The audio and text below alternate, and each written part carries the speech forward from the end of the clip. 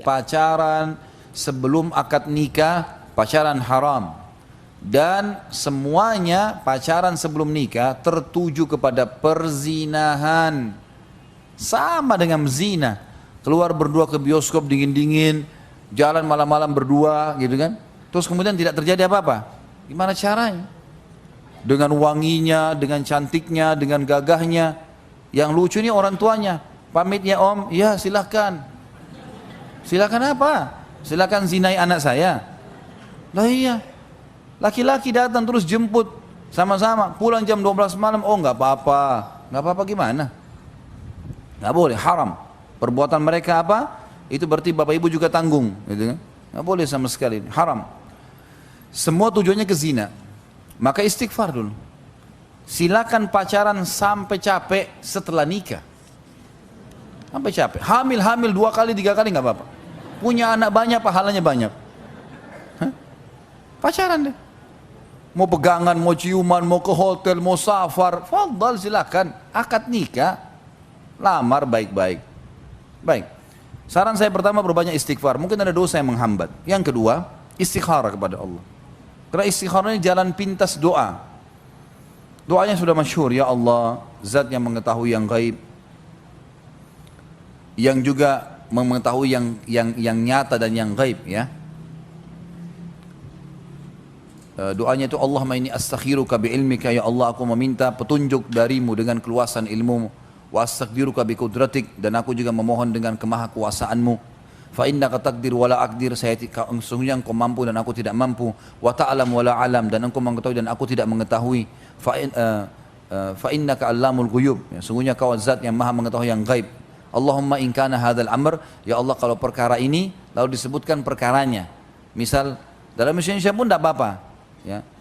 Kalau kita sudah baca doa istikharanya, pegang buku doanya, baca, kemudian pas dikatakan, ya Allah kalau perkara ini sebutin pernikahan saya sama fulana, baik buat saya, khairun li fi dini wa dunyaya wa ma'ashi wa akibatu amri, baik buat saya dalam agama, dalam urusan dunia, dalam kehidupan saya, masa depan saya nanti, faqdurhu li, takdirkanlah itu buat saya, wa yassirhu li, mudahkanlah buat saya, thumma raddini bih, ya, kemudian buatlah saya ridho dengannya, gitu kan.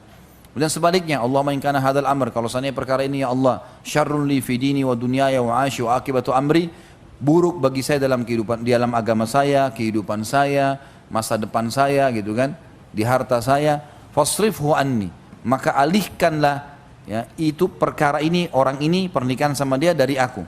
Wasrifni anhu, dan alihkan saya dari dia.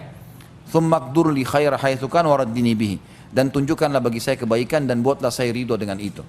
Dua istikharah mulia. Jadi yang kedua istikharah, minta kepada Allah petunjuk. Kalau memang baik buat kita, Allah akan mudahkan. Tiba-tiba orang tuanya setuju, tiba-tiba ada jalan untuk itu. Atau memang kalau buruk, pasti ada saja penghalangnya. Maka pekalah menangkap itu, gitu kan? Jadi ini perlu difahami. Yang kedua istikharah. Yang ketiga, yang harus dilakukan tentunya adalah ikhtiar manusiawi. Cari sebab-sebab kenapa orang tuanya tidak setuju. Lalu kemudian mulai kita perbaiki dari sebab-sebab itu. Misal dia mempermasalahkan masalah ekonomi. Baik, kita coba pahami seperti apa sih targetnya orang tuanya, ekonomi seperti apa. Mungkin jenis kerjaan, mungkin pendapatan sekian, mungkin. Maka kita coba lakukan itu. Coba berusaha mendapatkan pendapatan itu. Kalau tidak, kita memberikan gambaran kepada ayahnya si wanita, saya akan melakukan apa yang bapak mau misalnya. Kalau pekerjaan punya pendapatan sekian, insya Allah saya akan usahakan. Dan program saya 1, 2, 3, 4, 5 misalnya. Contoh, kalau masalah tidak jelas, karena keluarga misalnya, jelaskan. Keluarga saya tinggal di sini, saya dari sini. Keluarga ini juga baik-baik. Mungkin ada keluarga kita yang bisa kita andalkan, baik, terkenal. Ini keluarga saya juga, dan seterusnya kita bahasakan. Insya Allah kalau dimulai, tapi ingat ya, yang pertama tadi, istighfar dan perbanyak doa, istighfar kepada Allah dari dosa-dosa. Kemudian istikharah artinya berdoa kepada Allah.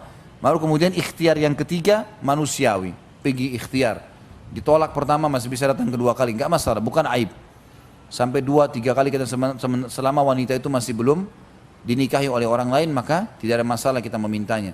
Mungkin kita menggunakan retorika yang lain pada saat yang kedua kali datang, mengajak orang yang ketiga yang mungkin bisa didengar oleh calon mertua dan seterusnya. Insya Allah mudah-mudahan dengan cara ini akan ada petunjuk ya. Kalau juga sudah semua dilakukan tetap tidak bisa, berarti itu tidak baik. Minta sama Allah ya, agar Allah SWT berikan yang terbaik insya Allah. Ibu-ibu sekalian, dosa yang dilakukan oleh seseorang, hukuman yang datang dari dosa itu lebih berat daripada apa yang dia lakukan. Saya kasih contoh gini. Kalau ada orang mencuri 10.000 rupiah, rupiah, apakah hukumannya nanti dari Allah ukurannya seperti 10.000 rupiah? Jawabannya tidak. Dia bisa sakit, masuk rumah sakit, mengeluarkan biaya 1 juta gara-gara mencuri 10.000. Kalau orang faham poin ini, dia tidak membuka pintu dosa, karena dosa nikmatnya cuma saat itu saja, tapi konsekuensinya panjang. Contoh yang lain, kalau ada orang yang minum segelas racun, cukupkah segelas racun itu diobatin dengan segelas susu? Gak mungkin. Bisa 1000 gelas susu baru bersihin 1 gelas racun. Seperti itu konsekuensinya ya. Jadi jangan sampai dianggap remeh, sebab saya temukan ada orang-orang banyak kasus-kasus rumah tangga yang konsultasi dengan saya, dan saya lihat dengan mata kepala mereka begitu. Ibu-ibunya belum pakai jilbab kecuali nanti umur 30 tahun 40 tahun. Anak perempuannya pun sama, dia pakai jilbab, anaknya enggak, telanjangan di sana sini.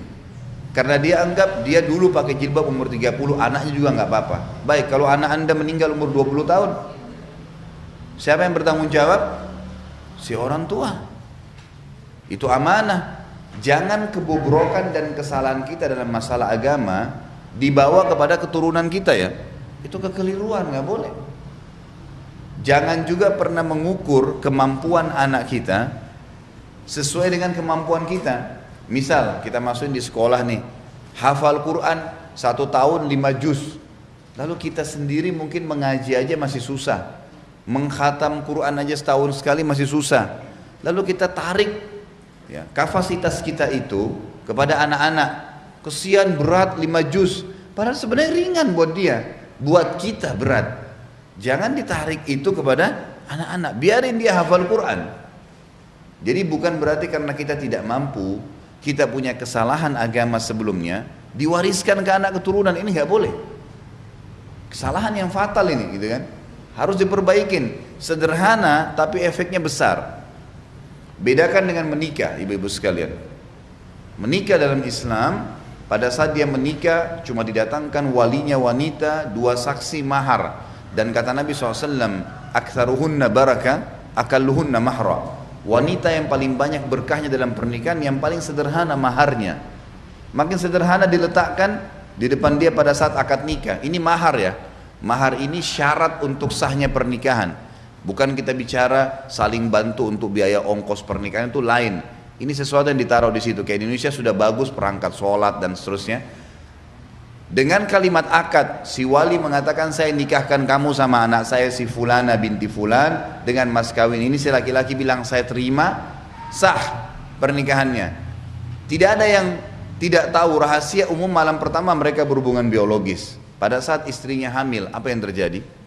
Dua-duanya senang, keluarganya senang, namanya harum di masyarakat, dan anak yang lahir jelas statusnya. Perhatikan beda antara zina sama nikah. Dia bisa berhubungan biologis dengan tenang, milih waktu, milih tempat, nggak ada yang curiga, jalan sama-sama orang tahu oh istrinya, oh suaminya, nggak ada masalah. Lalu kenapa ada orang milih jalur ini nih? Yang anehnya banyak sekali muslimah yang tidak sadar masalah ini. Saya pernah temukan, subhanallah, ya mudah-mudahan Allah berikan hidayah dan mudah-mudahan juga Allah bisa mengubah kalau ada yang seperti ini. Dia berkata, ya, berkata kepada anaknya, kepada keluarganya, sampai saya ditanya untuk hukumnya seperti apa nih? Nggak apa-apa deh, anak saya pacaran di rumah saya, daripada nanti dia di luar saya nggak tahu sama siapa. Jadi pacarnya datang ke rumah, subhanallah, masuk sama-sama di ruang tamu, duduk berdua di belakang di taman, masuk dalam kamar, nggak apa-apa. Loh subhanallah ini. Terus yang tanggung dosanya siapa? Ya ibunya, ayahnya. Kok bisa? Sama saja antara anak kita berzina dengan pacarnya di rumah dengan orang lain yang kita datangkan suruh berzina di rumah, sama persis. Bedanya cuma ini statusnya anak. Apakah rumah kita bisa dapat berkah kalau begitu? Dia kalau berzina kemudian kita anggap oh nggak apa-apa. Bagaimana kalau dia putus dengan pacarnya, nggak jadi nikah? Bagaimana kalau dia hamil di luar nikah ditinggalin oleh laki-laki tersebut? Ini belum kita bicara efek dosa ya, ini baru efek sosialnya, udah kacau balau. Bisa seorang anak muda yang ada di Irak, terkenal dengan kesolehannya. Orang ini dalam kisah yang sedang saya baca, saya tidak temukan namanya. Tapi kita ambil ibrah, pelajaran. Orang ini saking kekuatan hubungannya dengan Allah luar biasa. Kalau azan langsung ke masjid on time, tidak pernah ketinggalan saf pertama. Dari pakaiannya sudah penampilannya sangat dekat dengan Allah. Kalau ngomongnya selalu cuma ayat Al-Quran, nasihat, hadis Nabi SAW. Hidupnya sehari-hari begitu. Kalau bekerja mencari yang halal, pokoknya sudah di jalan Allah Subhanahu Wa Taala. Orang ini memiliki kelebihan fisik, sangat gagah. Di Baghdad terkenal pada saat itu dia adalah anak yang paling gagah. Umurnya juga masih sekitar 19 tahun pada saat itu kisah ini terjadi. Sampai menjadi buah bibir di kalangan seluruh wanita di Baghdad pada saat itu. Berharap wanita bisa ngobrol saja sama dia karena luar biasa. Tampannya, orangnya santun, sampai dikejar-kejar. Yang terjadi saudaraku, ada satu wanita kaya, seorang istri pejabat pada saat itu, terkenal dengan kecantikannya, kekayaannya. Semua laki-laki juga mengejar dia karena kelebihan fisik yang dia miliki. Dia berkata kepada orang di sekitarnya, saya akan menaklukkan laki-laki itu dan pasti dia akan berzina dengan saya. Yang terjadi saudaraku, dibuatlah sebuah tipu daya syaitan di depan rumah orang ini, perempuan ini. Kebetulan waktu suaminya lagi pergi bertugas keluar kota, dan zaman dulu orang kalau tugas berbulan-bulan dan Allahu a'lam bisa kembali atau tidak, karena memang mereka pada zaman itu tidak ada komunikasi, tidak ada transportasi kayak kita sekarang, tidak ada alat komunikasi maksud saya yang bagus seperti sekarang, dan tidak ada transportasi. Ini jelas dia lagi di rumahnya, dia berhias dengan semaksimal mungkin.